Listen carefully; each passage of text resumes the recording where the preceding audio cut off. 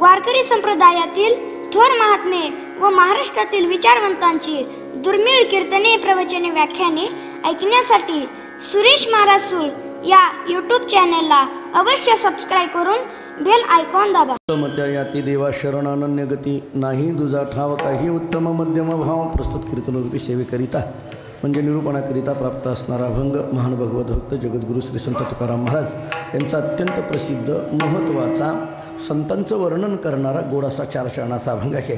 या अभंगातून जगद्गुरू श्री संत तुकाराम महाराजांनी उत्तम असे संत आहेत आणि त्या उत्तम शब्दाची जणू काही लक्षणच या अभंगातून सांगितलेत असं म्हणायला हरकत नाही. महाराज सांगतात कोण उत्तम. उत्तम उत्तम हा शब्द कोणाकरता वापरायचा. उत्तम या शब्दाचा व्यवहारात अर्थ केला जातो चांगला. उत्तम या शब्दाचा आणखीन एक व्यवहारात अर्थ केला जातो श्रेष्ठ. त्यामुळे चांगला तरी काय आणि श्रेष्ठ तरी काय आणि उत्तम तरी काय हे शब्द ज्यांच्याकडे लागू पडतात ते केवळ आणि केवळ संत आहेत. श्रेष्ठ हा शब्द ज्यांच्याकडे लागू पडतो ते केवळ संत आहेत. चांगला हा शब्द ज्यांच्याकडे लागू पडतो तो केवळ संत आहेत किंवा उत्तम हा शब्द ज्यांच्याकडे लागू पडतो ते संत आहेत. जरा पुढं बोलायचं झालं तर उत्तम या शब्दाला जे उत्तमत्व लाभलं ते संत आहेत. विठ्ठल विठ्ठल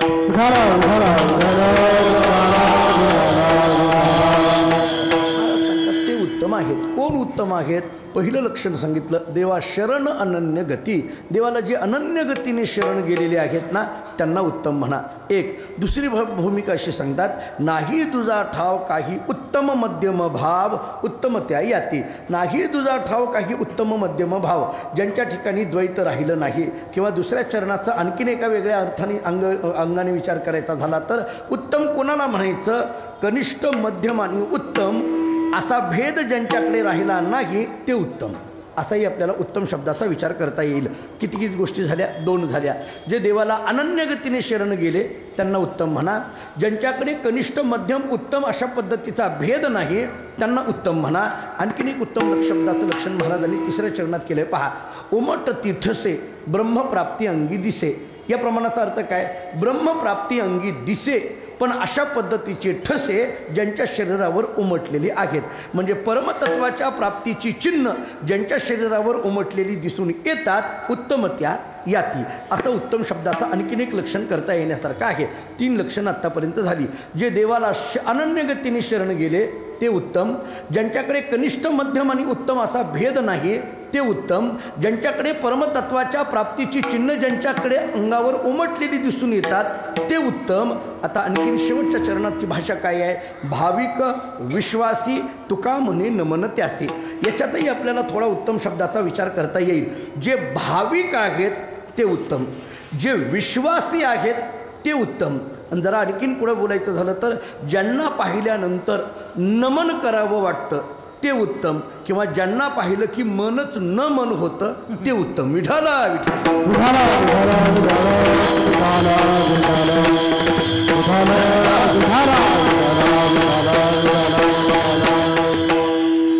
आपली ही पवित्र भूमी ज्ञानोबांच्या संजीवन समाधी सोहळ्याच्या निमित्ताने आपली परंपरेची वारी ही वारी करण्याकरता आपण सगळेजण उपस्थित आहोत. वारकरी संप्रदायामध्ये जी महत्त्वाची संस्थानं आहेत किंवा जी प्रासादिक अशा पद्धतीचे संस्थान किंवा परंपरा फळपरंपरा चालत आलेले आहेत त्याच्यामध्ये श्री संत मोतीराम महाराजांची ही एक प्रासादिक परंपरा आहे. आणि या प्रासादिक परंपरेच्या अधिष्ठानावर परंपरेनेच माझ्याकडं आलेली ही द्वादशीची पर्वकाळाची सेवा माझ्याकडं आहे.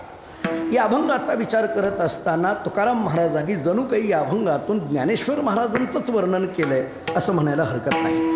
याचं कारण याच्यातले सगळे शब्द हे ज्ञानोबांच्या चरित्राचं किंवा ज्ञानोबांच्या व्यक्तिमत्वाचं चिंतन करणारे शब्द आहेत. या अभंगातला जो उत्तम शब्द आहे त्या उत्तम शब्दाचा हा सगळा जो विस्तार या प्रत्येक पदापदातून केलेला आपल्याला दिसून येतो. तो उत्तम शब्द व्यवहारामध्ये चांगला श्रेष्ठ या अर्थाने आपल्याकडे वापरलेला दिसून येतो. एरवी व्यवहारामध्ये गंमत अशी आहे की श्रेष्ठ हा शब्द तरी कोणाकरता वापरावा हा प्रश्नच आहे. उत्तम हा शब्द कोणाकरता वापरावा हा प्रश्न आहे. मराठी भाषेमध्ये काही शब्द असे आहेत की त्या शब्दांची योजना तिथंच केलेली बरी दिसते अन्य ठिकाणी केलेली बरी दिसत नाही. किंवा अशी गंमत आहे व्यवहारामध्ये आपण ज्याला चांगलं म्हणतो तो काही कालानंतर चांगला असेलच असं काही सांगता येत नाही.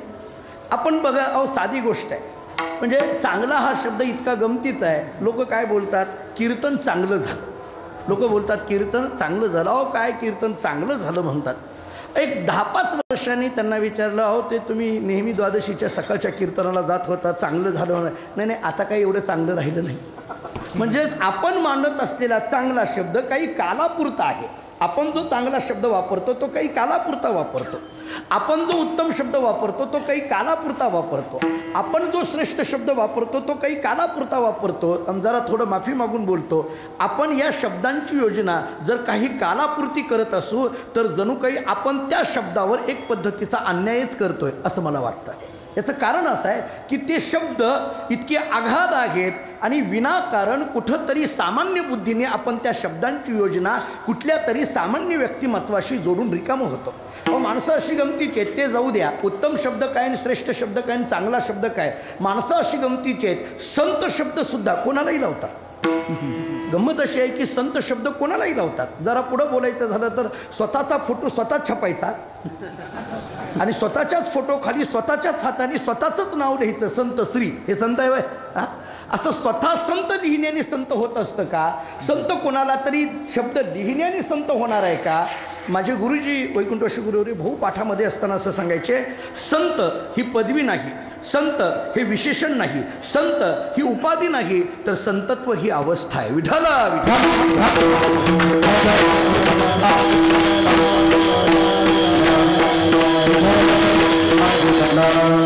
म्हणून असा कुठेही संत शब्द वापरून त्या संतांचं, संत या शब्दाचं अवमूल्यन आपल्याकडून होऊ नये. मी अनेक वेळेला बोलत असतो, कृपा हा शब्द जसा आपल्याला सद्गुरूंच्याच बाबतीत लावावा, संतांच्याच बाबतीत लावावा, भगवंताच्याच बाबतीत लावावा, कृपा हा शब्द तिथंच गोड वाटतो. भगवंताची कृपा, साधूची कृपा, संताची कृपा, सद्गुरूंची कृपा, शास्त्राची कृपा, बरोबर आहे. म्हणजे आपल्या वडिलांची कृपा, आई वडिलांच्या ठिकाणी, सद्गुरूंच्या ठिकाणी, देवाच्या ठिकाणी, शास्त्राच्या ठिकाणी हा कृपा शब्द योग्य आहे. उगी कीर्तनाला बसला, फार कंटाळा आला, खिशातून तंबाखूची पुडी काढली पण चुनाच नाही, एखाद्याने शेजाऱ्यांनी चुना दिला, बरं झालं कृपा, चुना देणाऱ्याला त्यानं चुना लावलाय तुला कळत नाही, असं कुठं असतं का महाराज? म्हणजे कृपा हा शब्द जर तुम्ही असा कुठेही वापरायला लागला तर त्या शब्दाचा आपल्याकडून अवमूल्य नाही. तसा संत हा शब्द कुठेही वापरून जमत नाही. संत या शब्दाचा विचार करताना जी काही ठराविक आपल्या डोळ्यासमोर व्यक्तिमत्व आहेत तिथंच तो योग्य आहे. अकारण कोणालाही संत शब्द लावून त्या संत शब्दाचं अवमूल्यन आपल्याकडून होऊ नये. विठ्ठला विठ्ठल.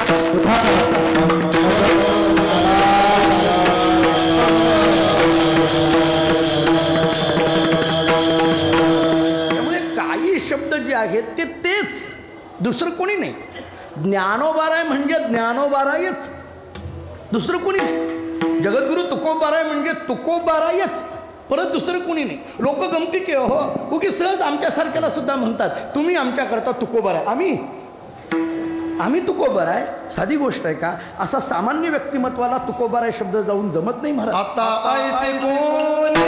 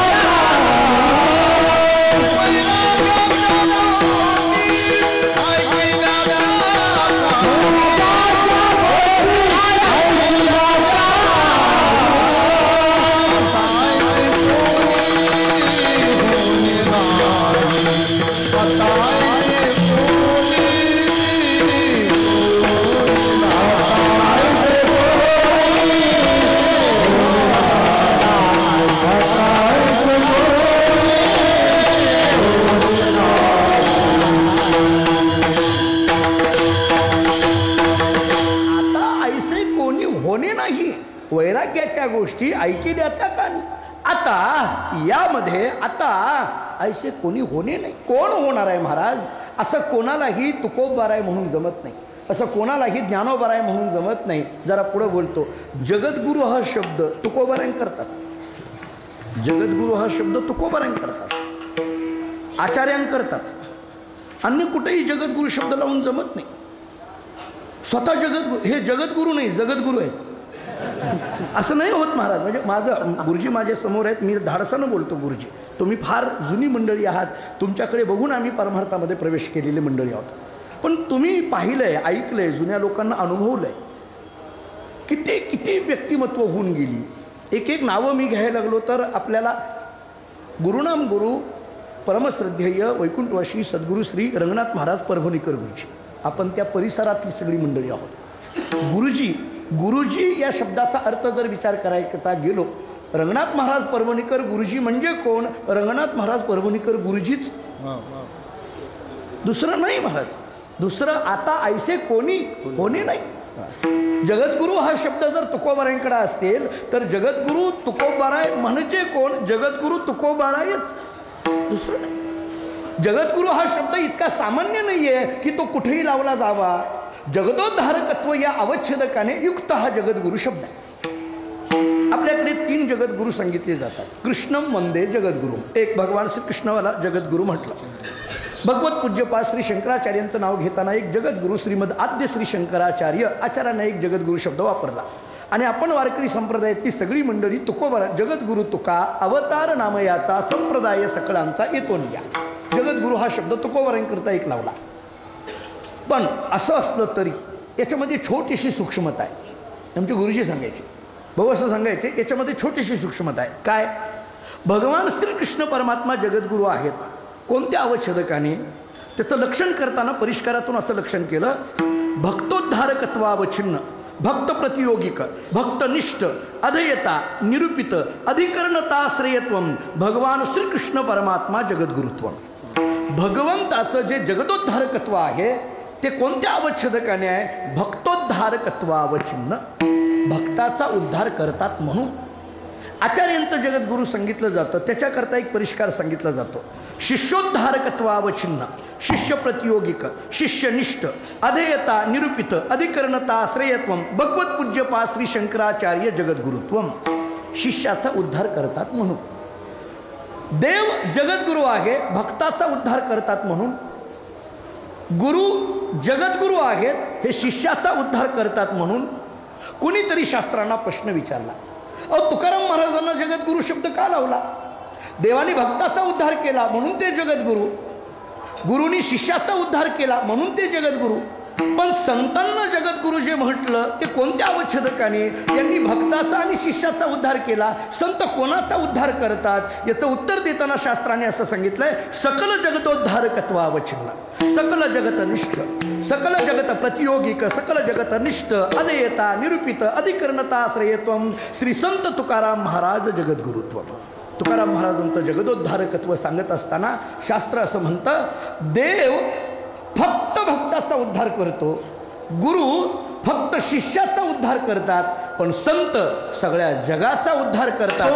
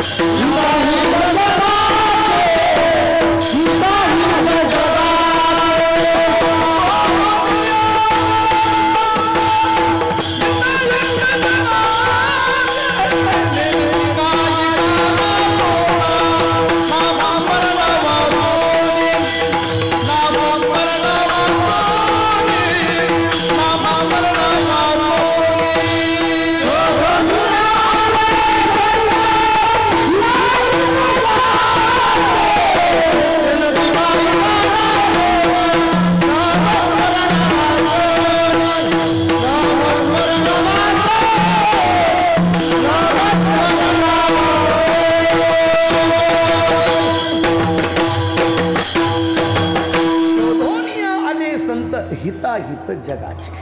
संत म्हटलं की शोधोनिया आले जगाचे हिताहित. जगाच्या हित आणि अहिताचा जे विचार करतात ते संत आहे. गुरु आणि संत याच्यातला एक सूक्ष्म फरक सांगून पुढे जातो. मला जो काही ऐकण्यात आला, मला अनुभविण्यात आला तेवढा सांगून पुढे जातो. गुरु आणि संत या शब्दाचा विचार करताना गुरु या शब्दाचा विचार आहे तत्वोपदेशकत्वम गुरुत्वम. तत्वोपदेशकत्वम गुरुत्वम. पण संत या शब्दाचा विचार करताना शास्त्र असं सांगतं, तत्वोपदेशकत्वे सती हितोपदेशकत्वम संतत्वम. संत मात्र तत्वाचाही उपदेश करतात आणि हिताचाही उपदेश करतात. गुरु केवळ तत्वाचा उपदेश करतात, पण संत मात्र तत्वासहित हिताचा उपदेश करतात. विठाला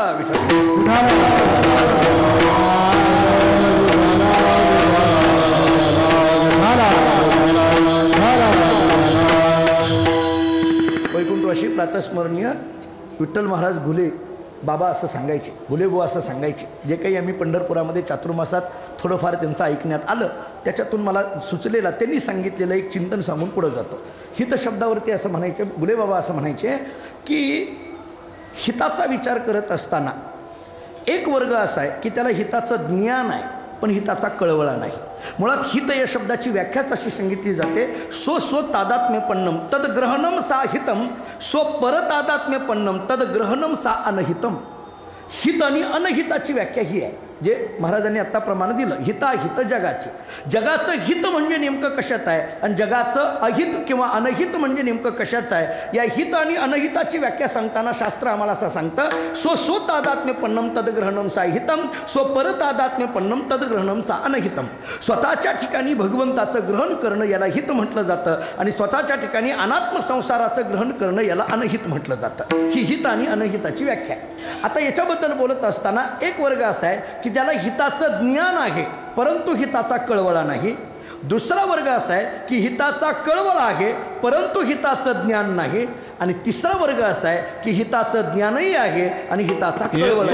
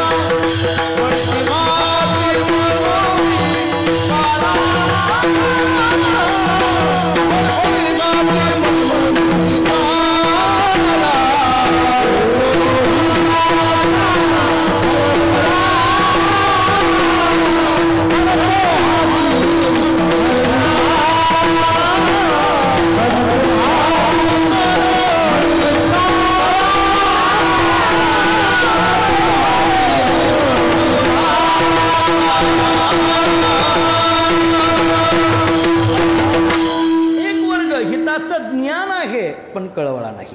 दुसरा वर्ग कळवळा आहे, येतो हिताचा कळवळा आहे पण ज्ञान नाही. आणि तिसरा वर्ग हिताचं ज्ञानही आहे आणि कळवळाही आहे. फुलेबुवा असं सांगायचे की हिताचं ज्ञान आहे पण कळवळा नाही. कोण आहे? वेद. वेदाला हिताचं ज्ञान आहे, वेदाला हिताचं ज्ञान आहे पण कळवळा नाही. महाराजांचीच ओवी आहे. ज्ञानोबा आम्हाला सांगतात, वेद संपन्न हो ये ठाई परिकृपनो ऐसा आन नाही, जो लागला कानी तीही वर्णाच्याची. ही कृपणता हा शब्द जर ज्ञानोबारांनी वेदाच्या संबंधाने वापरलेला असेल तर घोलेबुवा असं सांगायचे की हिताचं ज्ञान आहे त्याला पण कळवळा मात्र नाही. एक. आता दुसरा मुद्दा, हिताचा कळवळा आहे पण ज्ञान नाही. हिताचा कळवळा आहे. आई वडिलांच्या बाबतीत जर विचार केला तर त्यांना हिताचा कळवळा आहे पण हिताचं ज्ञान नाही. हित नाही ठावे जननी जनका दाविला लौकिकचारतीही. बस महाराजांची भाषा कशी आहे पहा. हित नाही ठावे म्हणजे त्यांना ज्ञान नाही. एक हिताचं ज्ञान आहे पण कळवळा नाही. वेद. हिताचा कळवळा आहे परंतु ज्ञान नाही. आई वडील. मग हिताचं ज्ञानही असावं आणि हिताचा कळवळाही असावं असे केवळ संत आहेत. तेची माझे हित करी ती सकळ जेणे हा गोपाळ कृपा करी. विठाला विठाला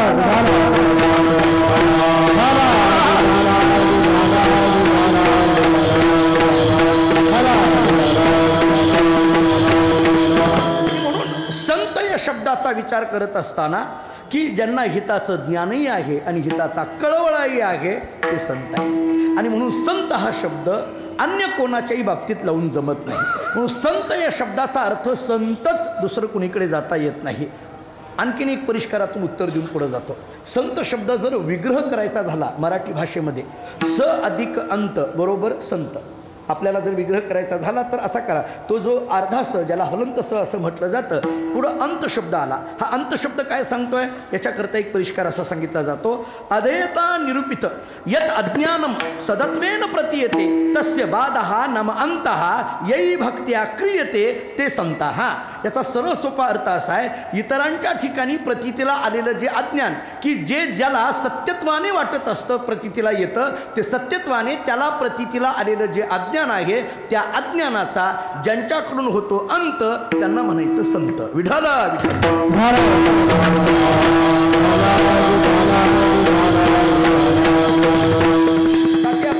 आपण ज्या वाङ्मयातल्या व्याख्या तर त्या तर आहेतच आहे.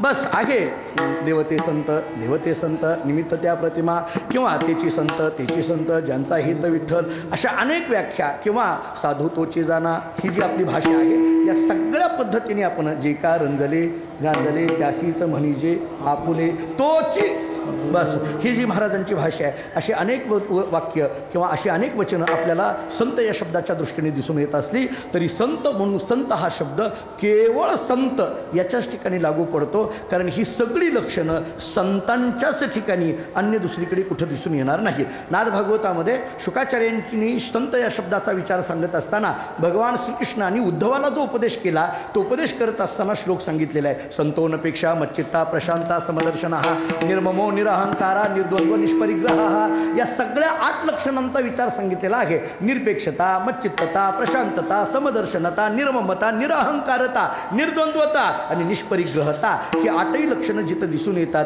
ते केवळ आणि केवळ संतच आहेत. त्यामुळे संत हा शब्द अन्य कुठेही वापरून जमत नाही. आणि म्हणून संत हा शब्द अन्य कुठेही वापरून जमत नाही, तसा उत्तम हा शब्द सुद्धा अन्य कुठेही वापरून जमत नाही. कारण उत्तम हा शब्द केवळ संतांच्याच बाबतीत लागू पडू शकतो. किंवा संत म्हणजे कसे उत्तम, किंवा उत्तम म्हणजे काय संत, असं म्हणायला सुद्धा हरकत नाही. त्यामुळे उत्तम या शब्दाचा विचार सुद्धा केवळ संतांच्याच बाबतीत लागू पडतो. मग कुणीतरी महाराजांना विचारलं, महाराज संतांचं लक्षण सांगत असताना तुम्ही ते उत्तम आहेत असं म्हणता, परंतु व्यवहारामध्ये जो उत्तम शब्द वापरला जातो आणि तुम्ही ज्याला उत्तम म्हणता त्याच्यामध्ये काही फरक आहे का समान आहे? व्यवहारामध्ये माणसं उत्तम शब्दाचा अर्थ काय करतात, कोणाला उत्तम म्हणतात? अहो माणसं अशी आहेत की एखाद्याचं कीर्तन आवडलं की काय म्हणतात, उत्तम कीर्तन केलं.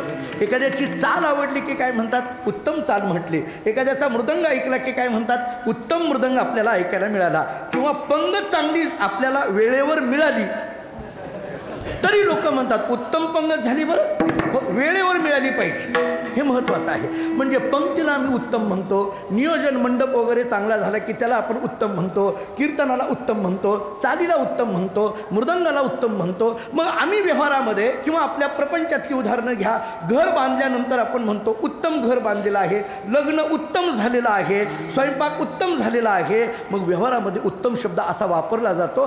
तुम्ही सुद्धा तशाच पद्धतीने उत्तम शब्द वापरता का अन्य पद्धतीने वापरता? महाराज सांगतात सामान्य मनुष्य ज्याला उत्तम म्हणतो त्याला मी उत्तम म्हणायला तयार नाही. कारण उत्तम या शब्दाचा अर्थ करत असताना तेच उत्तम आहेत, बाकी कोणी नाही. कोण उत्तम आहेत त्याचं लक्षण अभंगाच्या पहिल्या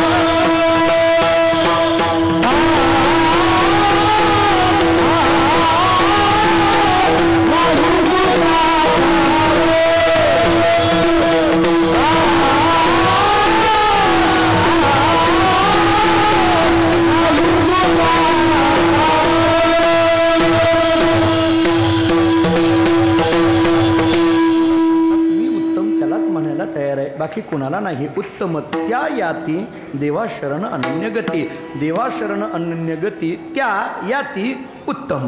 त्या याती, याती हा शब्द दोन्ही पद्धतीने लावा. व्यक्ती या अर्थाने घ्या आणि जाती या अर्थाने घ्या. महाराज सांगतात त्याच व्यक्तीला मी उत्तम म्हणायला तयार आहे, किंवा तीच याती, जे काही व्यवहारामध्ये याती शब्द अनेक पद्धतीने जो वापरला जातो, आपल्याकडे जे काही ब्राह्मण, क्षत्रिय, वैश्य, शूद्र वगैरे वगैरे यातीचा विचार केला जातो, या सगळ्या याती शब्दांचा विचार करत असताना आपण जो याती शब्द वापरतो तो संकुचित पद्धतीने वापरतो, आणि तुकाराम महाराजांनी जो याती शब्द वापरला तो व्यापक पद्धतीने वापरलेला आहे. कारण आपण जो बोलत राहतो ती जी याती, मनुष्य या देहाच्या ठिकाणी सांगितलेली जी याती आहे ती आपण अशा वेगवेगळ्या वर्णाच्या दृष्टीने याती करायला जातो. परंतु जर तत्त्वज्ञानाच्या दृष्टीने विचार केला तर मनुष्याची जात कोणती? मनुष्यत्व हीच मनुष्याची जात. विठ्ठल विठ्ठल.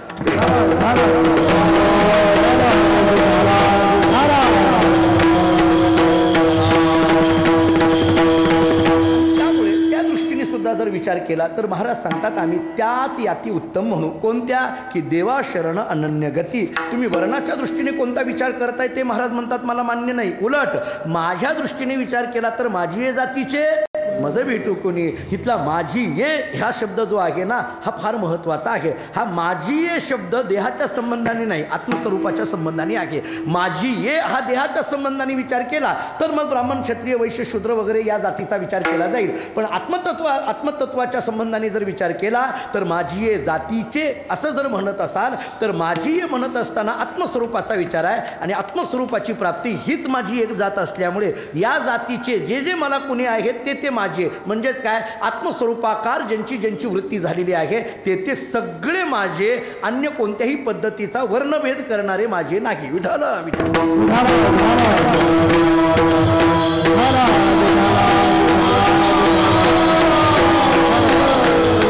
महाराज एका विशिष्ट भूमिकेतून आहेत ना. ते देह नावाच्या, देह नव्हे मी हे सरे उरला उरे विठ्ठल, या स्थितीतून महाराजांचं बोलणं असल्यामुळे देहाच्या संबंधाने लागलेली जी काही आपल्याकडून बंधनं आहेत ती बंधनं त्यांच्या बाबतीत लागू पडायचा विषयच येत नाही. आपल्या बाबतीत मात्र देहाची बंधनं आपण लागलेली आहेत का? कारण आजही आणखीन ही आपली भूमिका देह नव्हे मी हे सरे अशी नाही ना. उलट मी देह, त्याच्यातही आणखीन वेगवेगळ्या पद्धतीच्या भूमिका आपल्या या देहाच्या संबंधाने लागलेल्या दिसून येतात. आणि म्हणून त्या दृष्टीने विचार केला तर महाराज याती हा शब्द संकुचित भावनेने वापरत नाहीत, तर याती हा शब्द व्यापक दृष्टिकोनातून वापरतात. आणि तो याती शब्द वापरत असताना महाराज सांगतात मी त्यांनाच उत्तम म्हणेल. कोणाला उत्तम म्हणेल? देवा शरण अनन्य गती. जे भगवंताला अनन्य गतीने शरण गेले ना ते उत्तम. आता हे भगवंताला अनन्य गतीने शरण गेले याच्यामध्ये 3 शब्द मला जरा बोलायचे आहेत. इथला जो शरण शब्द आहे का नाही, या शरण शब्दाचा एक विचार करायचा आहे. बरं, शरण शब्द केवळ वापरून थांबले नाहीत महाराज, अनन्य गतीने शरण असं म्हटलेलं आहे. आणि अनन्य गतीने शरण हे कोणाला? तर देवा असा देव शब्द वापरलेला आहे. म्हणजे देव हा शब्द वापरण्याच्या पाठीमागं नेमकं तुकोबारांना काय अभिप्रेत आहे? एक भूमिका. शरण असं म्हणण्यामध्ये तुकाराम महाराजांना काय अभिप्रेत आहे? आणि केवळ शरण शब्द न ठेवता अनन्य गतीने शरण म्हणण्यामध्ये तुकोबारांना काय अभिप्रेत आहे? या 3 शब्दाचा विचार करायचा आहे. थोडं भजन करून मग विचार करू. विडोबा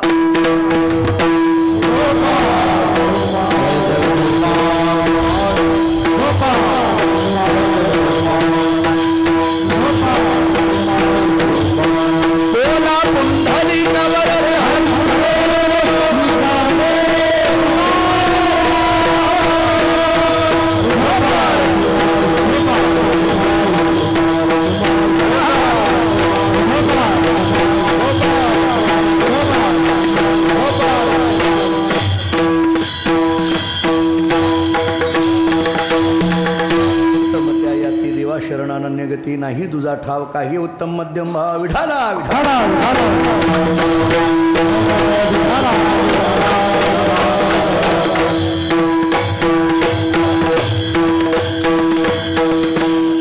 विचार करत असताना उत्तम शब्दाचा विचार थोडासा आपण करून आलो. याती शब्दाचा विचार नेमकं महाराजांना काय अभिप्रेत आहे हे करून आलो.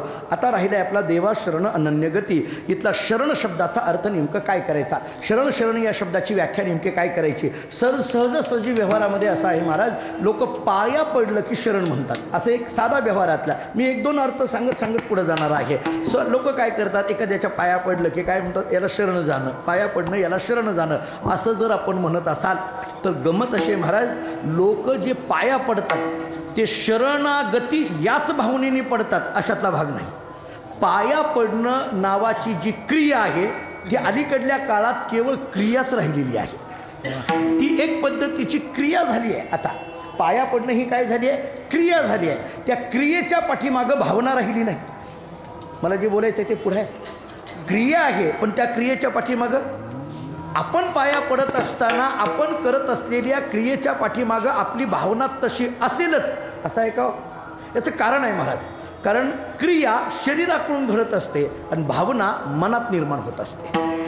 क्रिया शरीराकडून घडत असते, त्यामुळे क्रिया जरी शरीराकडून घडलेली असली तरी तिथं तशी मनात भावना निर्माण झाली असं होत नाही ना. आता आपण इतकी गर्दी आहे आळंदीमध्ये, आता आपण इकडं तिकडं जातो, नदीच्या पलीकडे अलीकडे येतो, जाताना लोक अशी किती पाया पडतात बघा तुम्ही. काही माणसं तर असं इतकी गर्दी असतील असं पाय पकडतात महाराज, आम्ही त्याच्या पाया पडण्याची वेळ येते इतके पाय पकडतात, मध्ये हात घालतात. बरं काही लोक असे, आता इतकी गर्दी असते, चाललेलं असतं ते काय आहे नेमकं कळे ना. म्हणजे हे काय आहे ते, त्याचं जे असं करणं आहे ते काय आहे हे कळत नाही.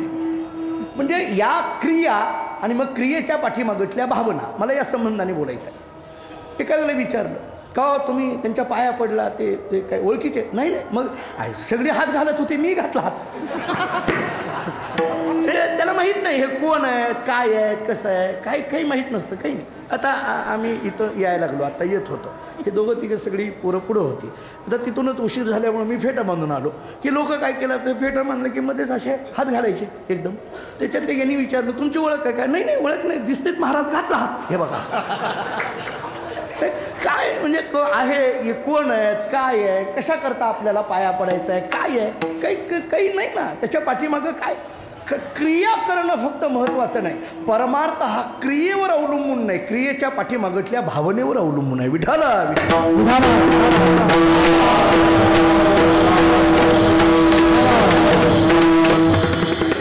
गावातला एखादा श्रीमंत, गावातला एखादा मनुष्य असतो, मोठा नेता असतो, काहीतरी असतो गावात, आणि तो रस्त्याने निघाला की मग काही माणसं अशी कट्ट्यावर वगैरे उभारलेली उठतात आणि एकदम पाया पडतात. मी एका गावात कीर्तन झालं, मुक्काम झाला, दुसऱ्या दिवशी बाजारातून आता निघायची तयारीत होतो, मी एसटीची वाट बघत होतो, काही गाडी वगैरे माझ्याकडे नव्हती. तेवढ्यात एक त्या गावातला श्रीमंत मनुष्य यायला लागला की दोघं तिघं उठले, त्याच्या पाया पडले. मी त्यांना म्हटलं का हे कोण महाराज किंवा कोण मोठी व्यक्ती आहे का काय.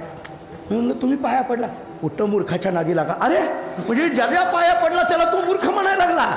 मग नेमकं पाया पडणं काय आहे, कशी गंमत आहे महाराज. म्हणून मला प्रश्न पडतो, हे पाया पडणं म्हणजे नेमकं काय आहे. खरंच पाया पडणं ही शरणागती आहे का.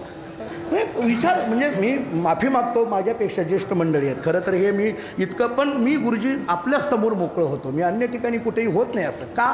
कारण आमचं काय चुकतं आहे, आमचं काय बरोबर आहे ही सांगणारी तुमच्यासारखी मंडळी आहेत ना महाराज. हा फळ एका प्रासादिक फळ आहे. महाराजांचं जे कार्य आहे, मोतीराम महाराजांचं हे कार्य पाहिलेली, अनुभवलेली आपण सगळी मंडळी आहात.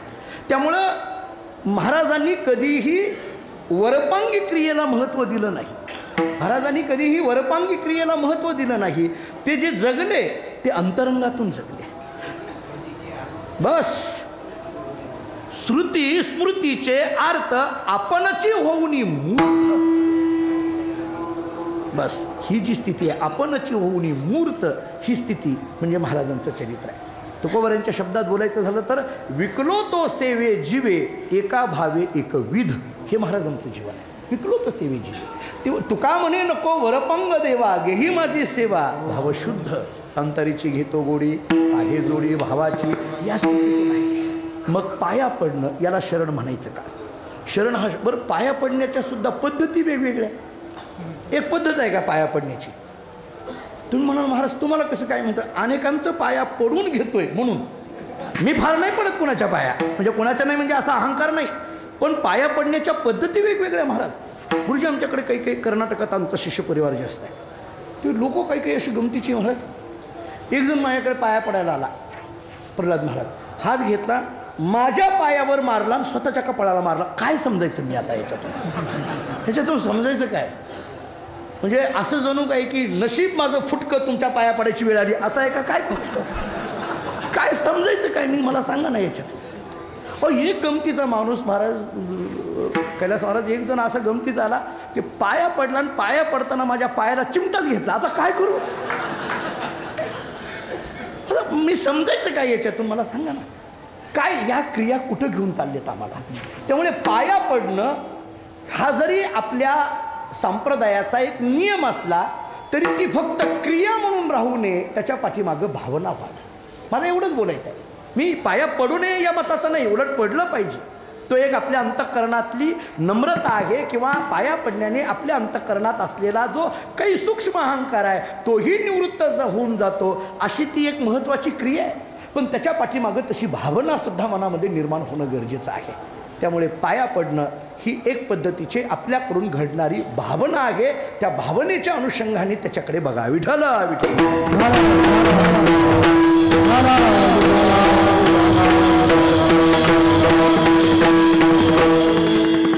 काही काही माणसं अशी गमतीची असतात महाराज, ते पाया पडताना सुद्धा इथून करतात, कोपऱ्यापासून. असं फार नम्रता. ती आमच्या एका फडावरच्या कीर्तनकाराच्या मुखातलं वाक्य, जुने कीर्तनकार होते, ते म्हटले अति नम्रता ही धोकादायक असते, असं त्यांनी सांगितलं. बरं मी नाही, मी बोलत नाही. काही काही अति नम्रत असतात, अति नम्र. हां ते बघ, अति न तुम्ही त्याला प्रमाणच देऊन टाकलं काय. अति नम्रता. काही काही असं त्यांचं बोलणं, त्यांचं वागणं फार ते सुभाषित आहे की मुखम पद्मदलाकारम वाणी चंदन शीतलम हृदयम क्रोध संयुक्तम धूर्तयव लक्षणम. मुखम पद्मदलाकारम, मुख कसं अगदी कमळाप्रमाणे असतं, पद्मदलाकारम, चेहरा अगदी टवटवीत. वाणी चंदन शीतलम, वाणी अत्यंत गोड, गोड बोले, आडनावाचे नाही, हां गोड बोले. काही काही फार गोड बोलतात. महाराज तुमच्या सेवा काय आहे, तुम्ही हे आहे, इतकं गोड बोलतात आणि मागे म्हणतात काय करायचं नेमकं या स्थितीला. त्यामुळे पाया पडण्यामध्ये किंवा नम्रता दाखविण्यामध्ये जर एक पद्धतीचा धूर्तपणा असेल तर त्याला शरण हा शब्द वापरता येईल का, त्याला म्हणता येईल का? जर आमच्याकडून जर पाया पडण्यामध्ये सुद्धा जर त्या नम्रतेमध्ये सुद्धा जर धूर्तपणाची भावना असेल तर ते शरण किंवा ते पाया पडणं त्या तत्वापर्यंत पोच होत नाही महाराज. आणि म्हणून त्यातही आणखी आपल्याकडे नियम असा आहे की ज्यावेळेस आम्ही पाया पडतो एखाद्याच्या, त्यावेळेस ती व्यक्ती लहान आहे का मोठी आहे ही पाहिली जात नाही. त्याच्या ठिकाणी असलेल्या त्या तत्वाला नमस्कार असतो आपला, त्या व्यक्तीला नाही. नमस्कार हा व्यक्तीला नसावा, ती व्यक्तीच्या ठिकाणी असलेले जे तत्व किंवा ती परंपरा त्या परंपरेला असावा. मी तर अनेक वेळेला बोललो आहे, आपण ऐकली आहे. समजा मी माणकोजी बोधले महाराजांच्या कुळामध्ये जन्माला आलो, मी त्या कुळामध्ये जन्माला आलो. तुम्ही पाया पडताना तो नमस्कार मला नाही आहे, मी ज्या परंपरेत जन्माला आलो त्या परंपरेला तो नमस्कार आहे. फक्त हे मला नीट कळालं पाहिजे. नाही, मी ही माझी भावना सांगतो, हे मला नीट कळालं पाहिजे. हा नमस्कार या देहाला नाही, हा देह ज्या परंपरेत जन्माला आलेला आहे त्या परंपरेचा आशीर्वाद लाभावा ही पाया पडण्याच्या अंतःकरणातली भावना आहे. त्यामुळे भावना ही महत्त्वाची असते. वयाने लहान आहे का मोठा आहे हे पाहिलं जात नाही आहे. कारण नम्रता, शरण जाणं हे वयावर अवलंबून नाही आहे. शरणागती याला वयाचं बंधन लागत नाही, शरणागती याला काळाचं बंधन लागत नाही, शरणागती याला देशाचं बंधन लागत नाही. या देशामध्ये पाया पडावं आणि दुसऱ्या देशामध्ये पाया पडू नये असं देशाचं जी परिच्छेद आहे तो शरणागतीला लागू पडत नाही. काळाचा परिच्छेद शरणागतीला लागू पडत नाही. त्या काळामध्ये पाया पडायचं नाही, या काळामध्ये पाया पडायचं नाही. अनुकूल काळ आणि प्रतिकूल काळ दोनच काळ घ्या, बाकीच्या काळाचा विचार करत नाही. एक गरिबीचा काळ असतो आणि एक श्रीमंतीचा काळ असतो. श्रीमंतीच्या काळामध्ये सगळे हात जोडतात आणि गरिबी परिस्थिती आली की कोणी आमच्याकडे जवळ येत नाही. याचा अर्थ मग याला शरणागती म्हणायचं का? कारण कालाचा परिच्छेद खरं तर पाया पडण्याला शरणागतीला लागू पडत नाही आणि आम्ही तर लावला, मग आमचा हे शरण हा शब्द येईलच कसा काय? बरं, त्यामुळे कालाचा परिच्छेद नाही, देशाचा परिच्छेद नाही. त्यामुळे या परिच्छेदाच्या पलीकडे जो आहे तो नमस्कार आहे. त्यामुळे फक्त पाया पडणं याला शरण म्हणायचं का, तर फक्त क्रिया म्हणून जर तुम्ही पाया पडत असाल तर त्याला शरण हा शब्द येणार नाही. मग शरण म्हणजे नेमकं काय, मग शरण या शब्दाचा अर्थ काय करायचा, ज्ञानोबांनीच केलेली व्याख्या सांगतो. मी माझ्या पदरची बोलत, ज्ञानोबा फार गोड बोलतात. भगवान अर्जुनाला सांगतात, अर्जुना पै आपुलेनी भेदेविन माझे जाणीजे जे एकपण तयाची नाव शरण मज येणे का.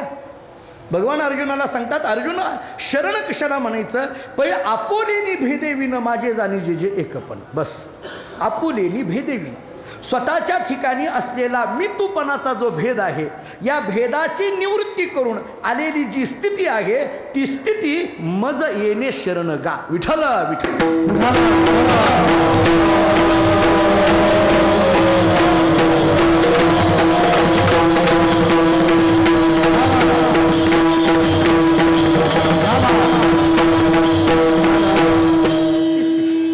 आणखीन एक त्याच्यात ज्ञानोबांनी दृष्टांत दिला याला. हे भगवंतांनी अर्जुनाला सांगितलं, पण ज्ञानोबांनी याला दृष्टांत दिला, घटाचेनी नाशे गगनी गगन प्रवेशे जैसे. ज्ञानोबा किती दृष्टांताने ही गोष्ट पटवून देतात.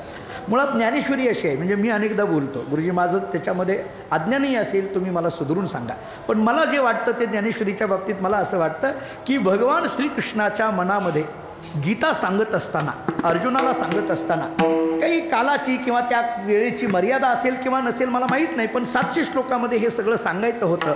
म्हणून अशा कित्येक गोष्टी होत्या की त्या अर्जुनाला सांगायच्या राहिल्या होत्या, त्या तशाच राहिल्या होत्या. हे भगवंताच्या मनामध्ये एक शल्य होतं गीता निर्माण झाल्यानंतर सुद्धा, की अरे अरे हे सांगायचं राहिले, ते सांगायचं राहिले. मग भगवंतांनी विचार केला, आता हे कसं जगाच्या अर्जुनाच्या निमित्ताने जगाला सांगायचं आहे ना, कसं सांगावं. म्हणून भगवंतांनी पुन्हा त्याच तिथीला श्रावणवद्य अष्टमीला ज्ञानेश्वर महाराज या नावाने अवतार घेतला आणि ज्ञानेश्वरीच्या माध्यमातून त्या काळात मनात राहिलेलं ज्ञानेश्वरीच्या माध्यमातून प्रगट केलं महाराज. त्यामुळे ज्ञानेश्वरी जरी गीतेवरची टीका असली तरी गीतेविन ही रंगू दावी. विठ्ठल विठ्ठल.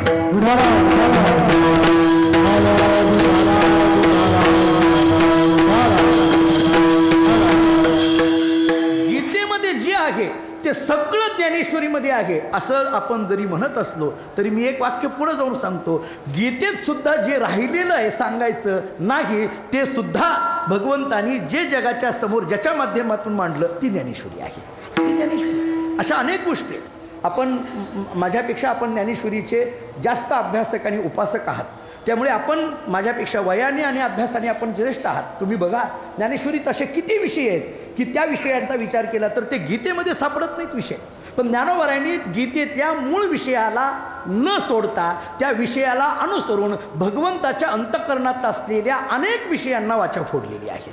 पण मूळ विषयाला न सोडता, हे महत्त्वाचं आहे, मूळ विषयाला न सोडता. हां, मला एवढं सांगायचं आहे, मूळ विषयाला न सोडता 2 तास बोलावं, पण मूळ विषयाला सोडू नये. बऱ्याचदा आमची परिस्थिती अशी आहे महाराज की टाळकऱ्यांनी महाराजाला आणावं लागतंय, आता अभंगावर या, अभंगावर या, अभंगावर या, वरून आणावं लागतंय. आता ती वडावडी कीर्तनकाराला गायक वादकालाच माहिती कशी असते, तुम्हाला नाही माहिती फार बसल्यानंतर. वडून आणतात काही काही गायक, का ते का आणतात वडून, अभंगावर या, विषयावर या.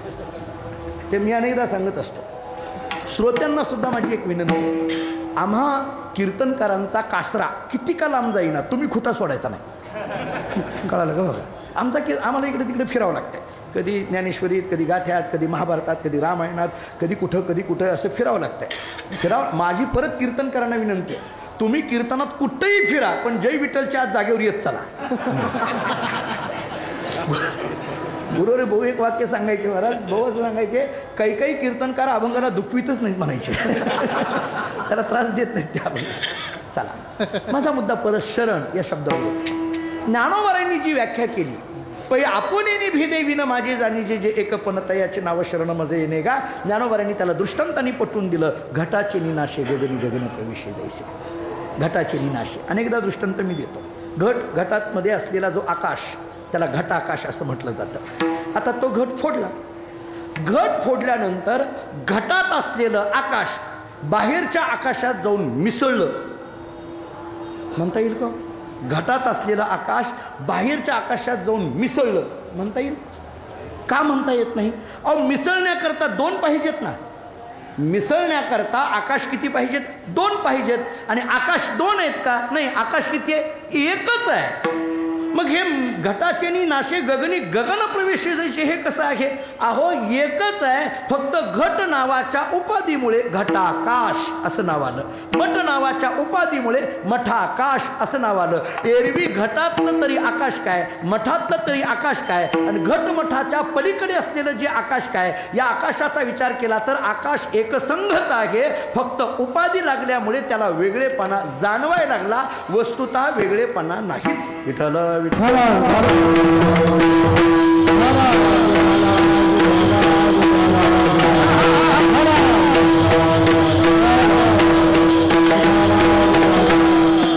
शरण शब्दाचा अर्थ आपोलेनी भेदेवीनं माझे जाणे जे जे एक पण असा करा, एक विचार झाला. आता पुढे एक आणखीन मला असं सांगायचं, ठीक आहे शरण शब्द कळाला, पण हे शरण शब्द म्हणत असताना तुकोबरायांनी इथं देवा शरण अनन्य गती म्हटलं.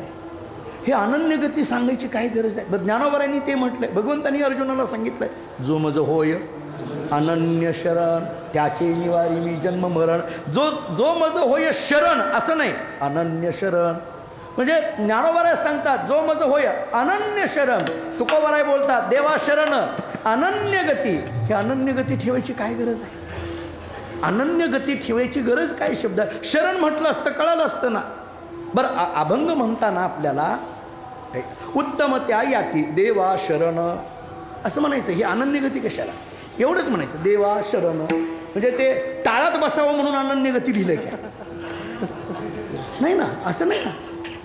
बरं समजा अनन्य गती नसतं लिहिलं तर टाळात बसलं नसतं काय? आता आपल्याला एवढं फार माहीत नाही त्यातलं चालीचं. प्रल्हाद महाराज पहिलं टाळात बसलं नसतं का? बसलं असतं ना. का बसलं असतं? आता काही बसायला लागले आणि हे बसायला काय अडचण आहे? काय अडचण आहे मला सांग. काही बसायला लागले की आता म्हणून म्हटलं मला नाही बरं का कळत यातलं,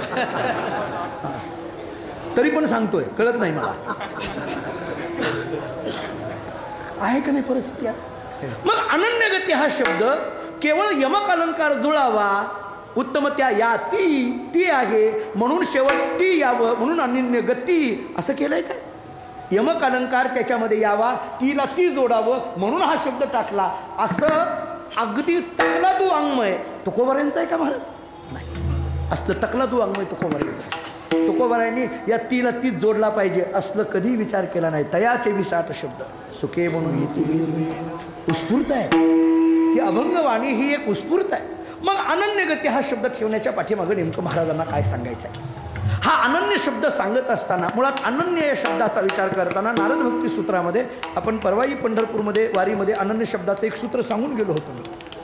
पंढरपूरच्या वारीमध्ये द्वादशीला अन्याश्रयानाम त्यागो अनन्यता असं सूत्र. मग इथला जो अनन्य शब्द ठेवला हा अनन्य शब्द कोणत्या अर्थाने घ्यावा?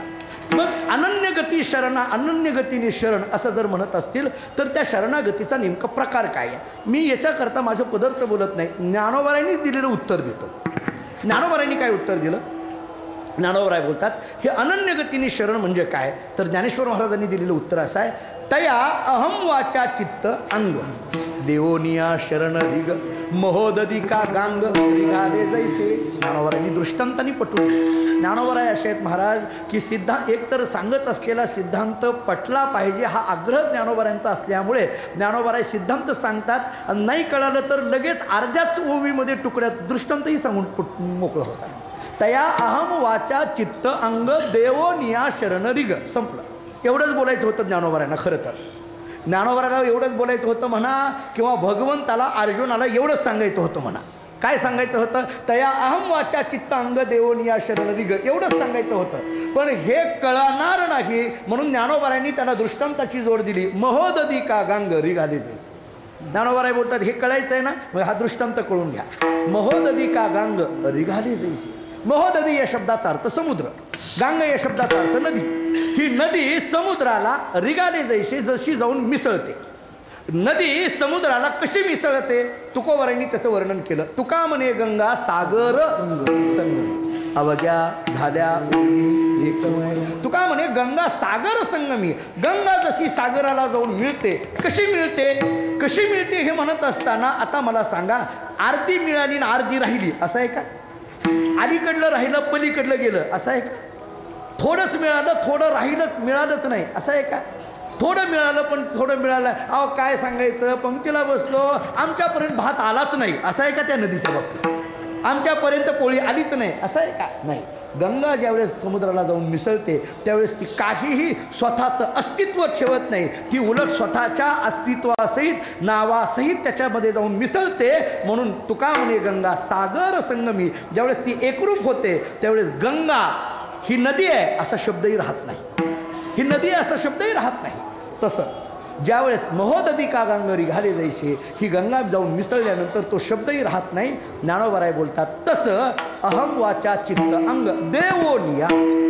आता एकदा देवोनिया म्हटलं की ते न राहणं. आता काय काय देवोनिया? अहम देवोनिया, वाचा देवोनिया, चित्त देवोनिया आणि अंग देवोनिया, अशा 4 गोष्टी झाल्या ना. आता हे 4 प्रकार करावे लागतील. अहम शरणागती, वाचा शरणागती, चित्त शरणागती, अंग शरणागती, असा 4 विकल्पाने विचार करता येण्यासारखा आहे. अहम शरणागती म्हणजे काय, वाचा शरणागती म्हणजे काय, चित्त शरणागती म्हणजे काय, अंग शरणागती काय, असं करता येईल. किंवा आणखीन एक वेगळा अर्थ करायचा झाला तर हा अहम शब्द बाजूला ठेवा, पुढचे 3 शब्द फक्त डोळ्यासमोर घ्या. वाचा चित्त आणि अंग देवोनिया. हे वाचा चित्त आणि अंग देवोनिया कसं? मग एक काम करा, हा अहम शब्द तिन्हीकडे लावा.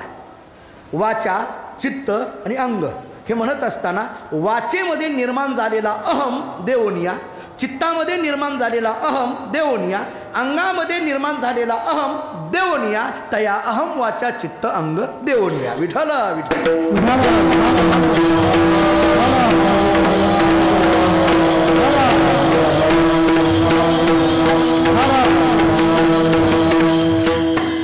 वाचा चित्तांग देवोनिया शरणरिग.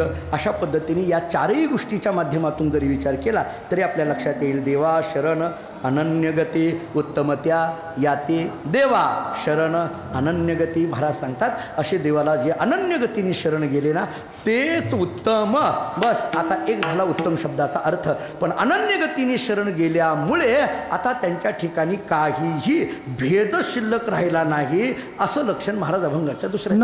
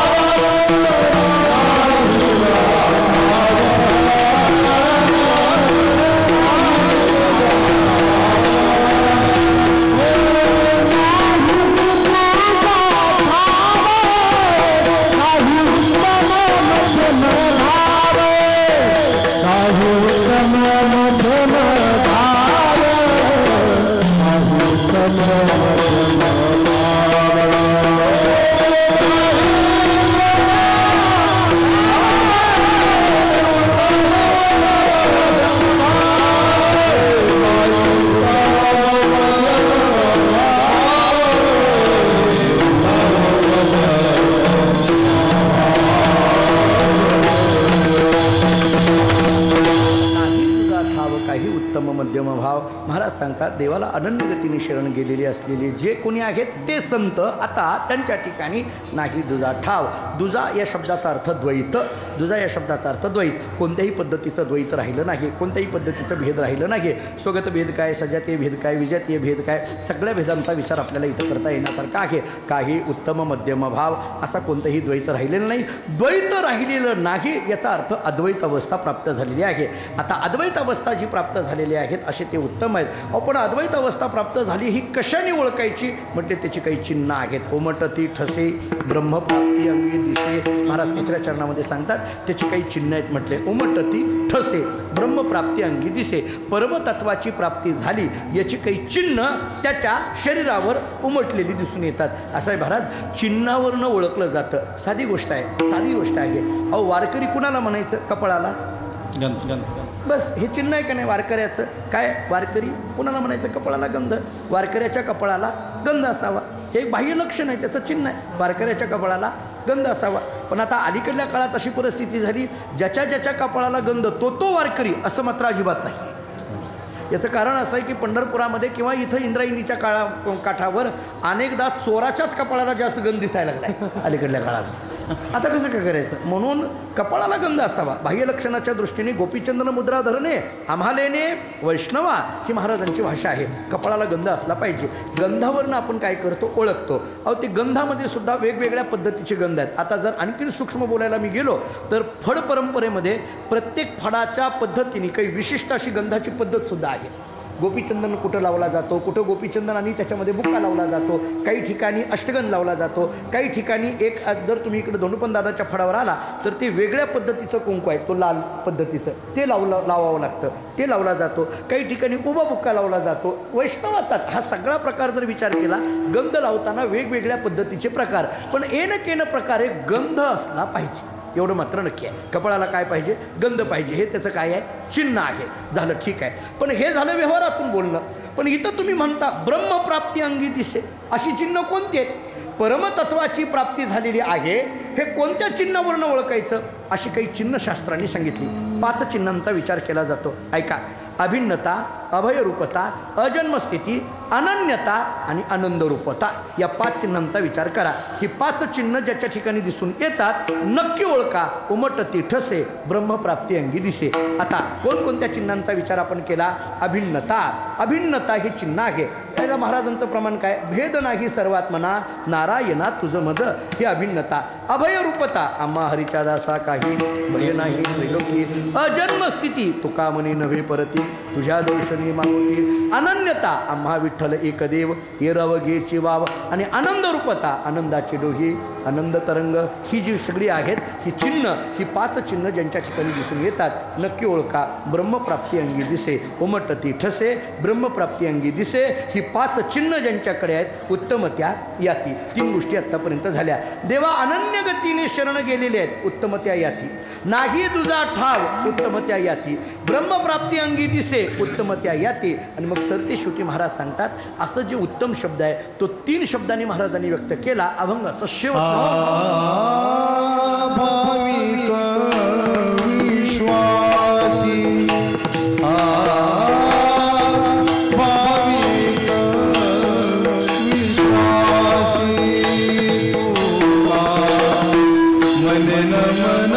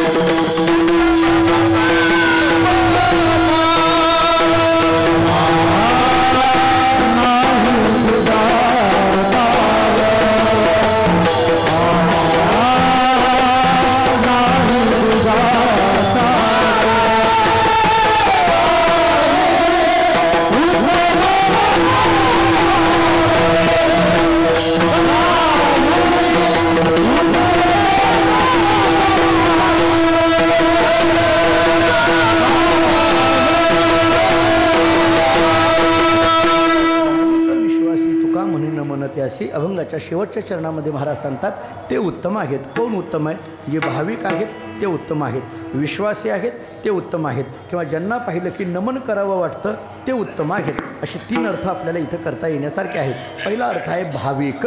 भाविक या शब्दाचा अर्थ भावाने जो युक्त आहे त्याला भाविक म्हणा. याचा अर्थ संत. भाविक हा शब्द केवळ आणि केवळ संतांच्याच बाबतीत लागू पडेल. भाविक हा शब्द विष्णुदासाच्याच बाबतीत लागू पडेल आणि म्हणून ते उत्तम आहेत असा एक अर्थ करा. दुसरा शब्द काय ठेवला आहे? विश्वासी. विश्वासी कोणाला म्हणायचं? एक साधा अर्थ सांगतो महाराज. आपला ज्याच्यावर विश्वास आहे ना तेच विश्वासी. आपला ज्याच्यावर विश्वास आहे का नाही तेच विश्वासी. कळालं का? बघा, नाही कळालं दुसरं सांगतो. ज्यांचा देवावर विश्वास आहे ना ते विश्वासी. आता तरी पटलं का? बघा, मी 2 अर्थ सांगितले. आपला ज्यांच्यावर विश्वास आहे, आपला ज्यांच्यावर विश्वास आहे ते कोण? विश्वासी. ते विश्वासी उत्तम यादी. आपला ज्यांच्यावर विश्वास ते विश्वासी. हे नाही पटलं दुसरं घ्या. ज्यांचा देवावर विश्वास आहे ते विश्वासी. ज्यांचा देवावर विश्वास आहे ते विश्वासी. दुसरा अर्थ घ्या. समजा हा दुसराही अर्थ नाही पटला तर तिसरा घ्या. देवाचा ज्यांच्यावर विश्वास आहे ते विश्वासी. आता पटलं का? बघा, देवाचा ज्यांच्यावर विश्वास आहे ते विश्वासी.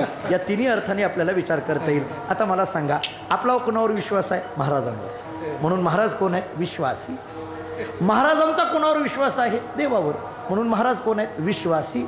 हे दोन्ही शब्द जरा बाजूला ठेवा. देवाचा कोणावर विश्वास आहे? आपल्यावर आहे का? आपण विश्वासीच नाही म्हणून तर विश्वासघातकी आहेत आपण.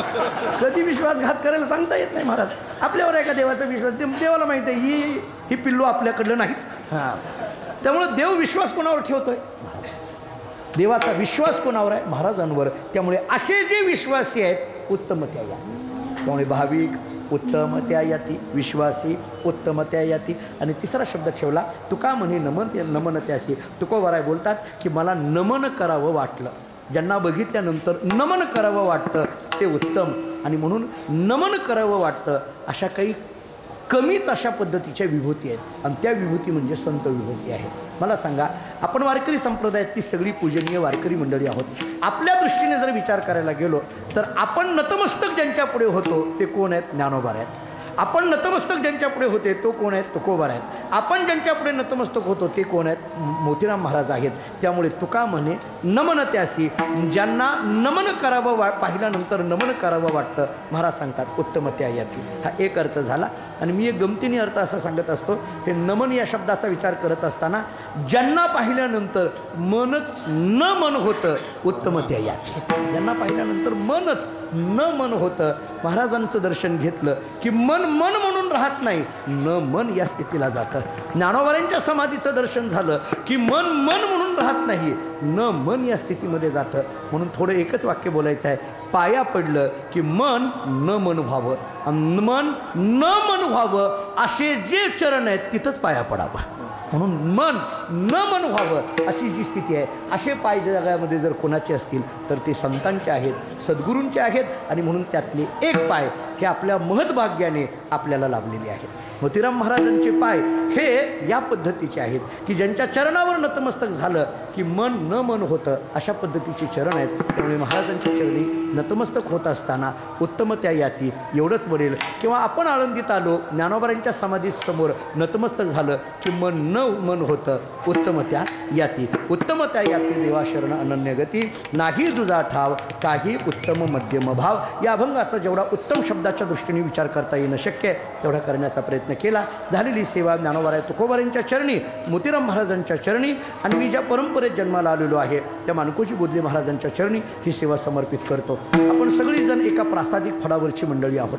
मी अनेक वेळेला पंढरपुरातल्या कीर्तनातही बोललो आहे, इथंही अनेक वेळेला बोललेलो आहे की जी काही प्रासादिक परंपरा आहेत त्याच्यामध्ये एक अत्यंत महत्त्वाची ही परंपरा आहे. आता पंढरपूरमधलं बांधकाम मोठ्या पद्धतीने सुरू आहे. अल्पावधीमध्ये आपण नवीन अशा वास्तूमध्ये आपला हा फड किंवा आपली वारी तिथं होणार आहे. इथं सुद्धा एवढ्या मोठ्या अशा भव्य दिव्य जागेमध्ये ही वारी आपली होते आहे. मला आल्यानंतर सांगितलं मोतीराम महाराजांच्या नावाचा जप 13 कोटी जपाचा संकल्प झालेला आहे. आणि मग मला असं वाटतं की देवाला काय आवडतं असं जर तुम्ही विचारलं तर देवानेच असं सांगितलं, जे संतांचं भजन करतात ते मला आवडतं. म्हणजे जे संतांचं भजन करतात ते मला आवडतं. ते हे प्राणापरोते आवडते जे निरुते, जे भक्त चरित्राते प्रशंसते. भगवान म्हणतात मला कोण आवडतं, माझ्या भक्ताचं जे नामस्मरण करतात ते मला आवडतात. आणि म्हणून आपण देवाला आवडायचं असेल तर आपण मोतीराम महाराजांच्या नामाचा जप केला पाहिजे. ज्ञानेश्वर